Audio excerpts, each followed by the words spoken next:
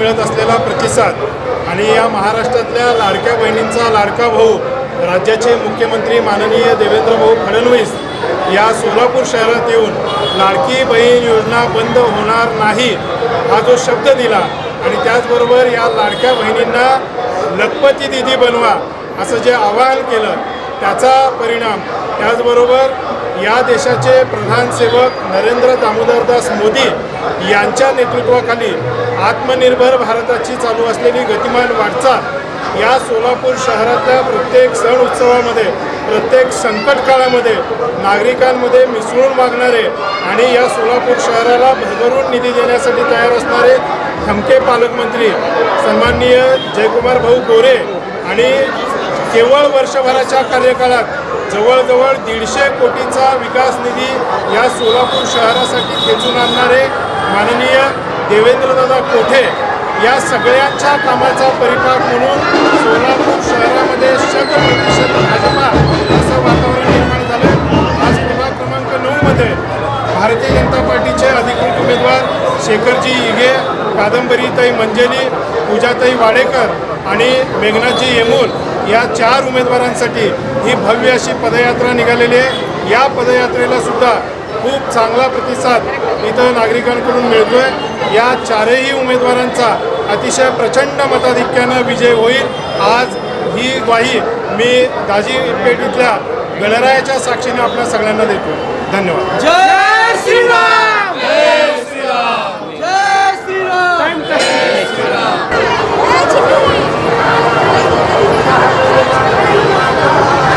नमस्कार.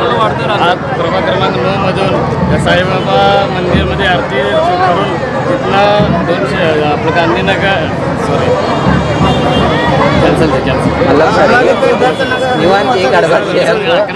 सोंडाले परिसर, दत्तनगर परिसर, दाजीपेठ परिसर. नमस्कार. आज प्रभाग क्रमांक 9 विनोबा झोपडपट्टी, पद्मारी झोपडपट्टी आणि दत्तनगर या भागात उचलनगर परिसरात मोठ्या संख्येने उपस्थितीत महिलांच्या उपस्थितीत पदयात्रा सुरू झालेला आहे आणि चांगला प्रतिसाद मिळत आहे. 4ही उमेदवारांना बहुसंख्येनं मतदान पडेल असे आम्हाला वाटतं की या भागातून जास्तीत जास्त लीड नाही येईल.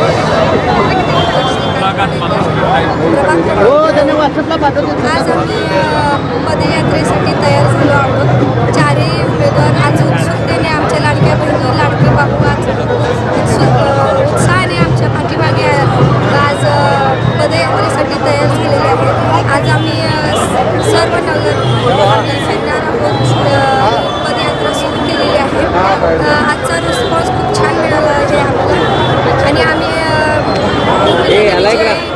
अशी आम्हाला